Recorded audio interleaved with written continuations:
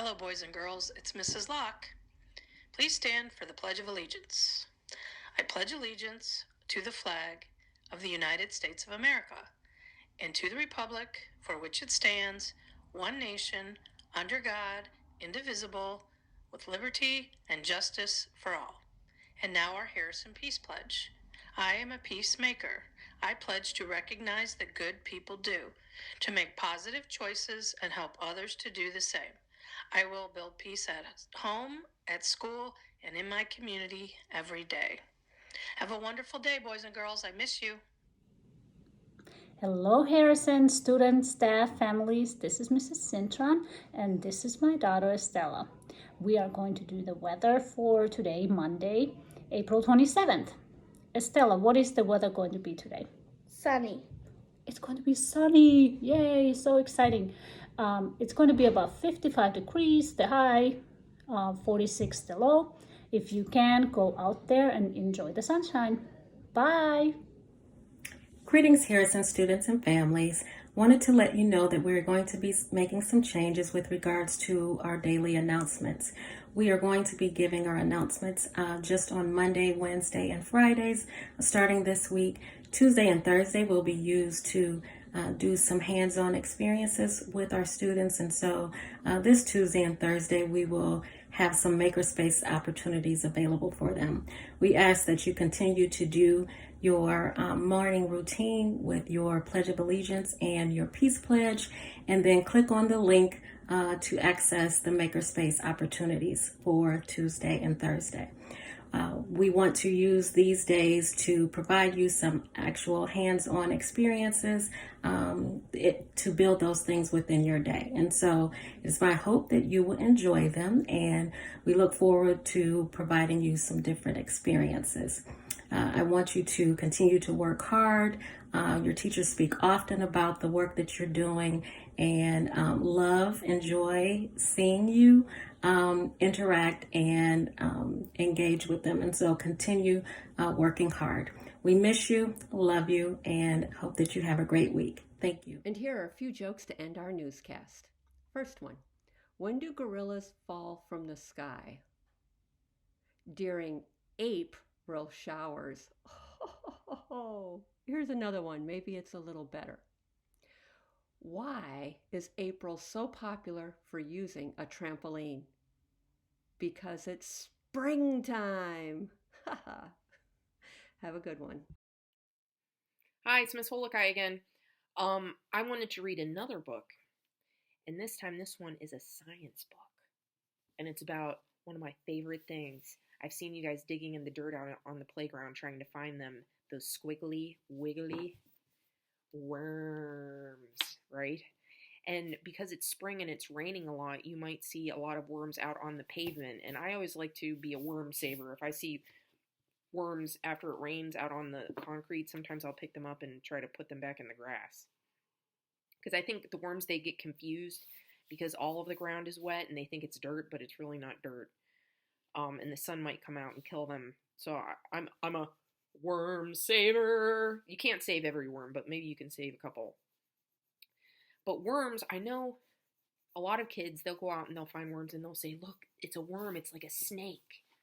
But worms are not snakes. Worms are invertebrates. That means they don't have a backbone. Snakes have backbones. Worms don't. They're made up of completely of muscles and these little tiny parts called segments. That's why if you look at a worm, it kind of looks like it has lines on it. Those are the little segments, and they go to try to move through the dirt. And a worm has a mouth and a bottom. And worms eat the dirt, and any kind of dead plants in the dirt, that's what they use for their food.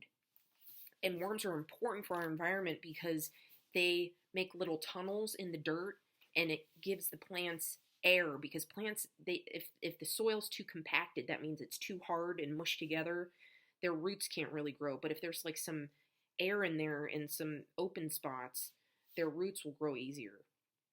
And worms, they're great for gardeners. I know Miss Allison, she has a compost heap in her backyard because her mom likes to garden, and that's where she takes all of her old banana peels and apple cores and eggshells, and she puts them in a big pile and they break down and they turn into dirt. And then if you put worms in there, it makes it even better dirt. So maybe some of you guys have a compost pile in your backyard. That would be really cool to show a photo. I'm going to attach another video from SciShow Kids that talks about worms so you can learn more about worms. But today's book is called Wonderful Worms. And it's by Linda Glasser. She's the author. She wrote the story. And the illustrator is Loretta Krupinski. Wonderful Worms. Earthworms are fat and wiggly, like my fingers and toes. And I like this book because it shows under the ground. That's where worms live, is under the ground. And they make these cool tunnels. They live where it is cool and dark and damp, where roots spread out like underground trees. There's the worm, right by the roots. And there's a mouse. And there's that bird, that robin, he's trying to find the worm, right? Birds love to eat worms. Worms feel sounds with their whole bodies. They feel thunder when I walk. So they could feel vibrations. And when boom, boom, boom, your shoes hit the dirt, they could feel that vibration. Oh, look, there's a chipmunk. There's lots of other animals that live underground too. They are wonderful diggers. They dig passageways and burrows, but they don't use shovels or fingers or toes. There's a frog. My dad would take me fishing, and before we would go fishing, we'd go out to go fishing like early in the morning, like 4 o'clock in the morning, maybe even earlier before the sun came up, and we'd go digging for night crawlers. Those are those big, fat, juicy worms that fish love. How do they do it? They eat their way through and move along.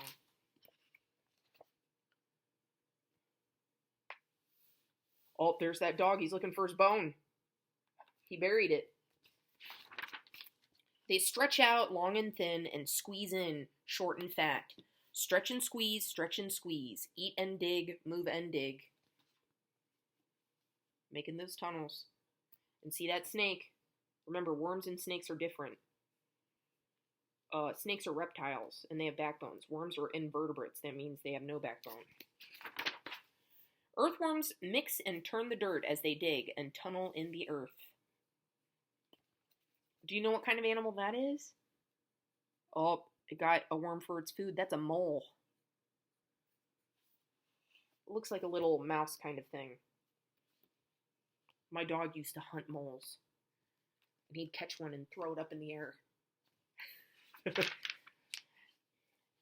They make the soil soft and airy so the roots of plants can breathe and grow. So there are those roots. The worms are helping out the plants. Worms don't have eyes or ears or a nose. They do have a mouth.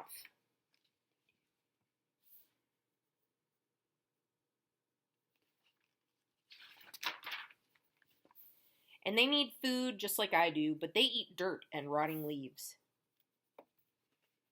So all those leaves that fall on the forest floor and they turn brown and mushy, and that's what the worms like to eat. Worms like to come out at night when it's cool and when it's wet. And they swallow tiny pieces, and inside the worms the food changes. Oh, there is some strawberries, some wild strawberries. That rabbit is eating a strawberry. Isn't that cool?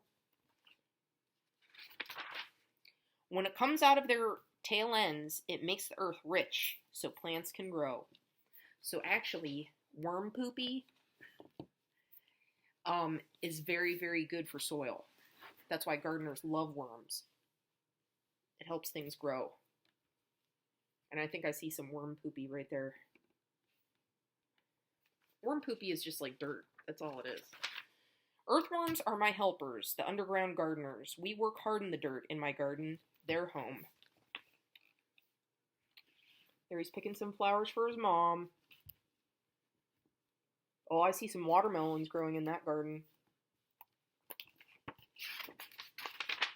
The end. And there's some questions back here about earthworms.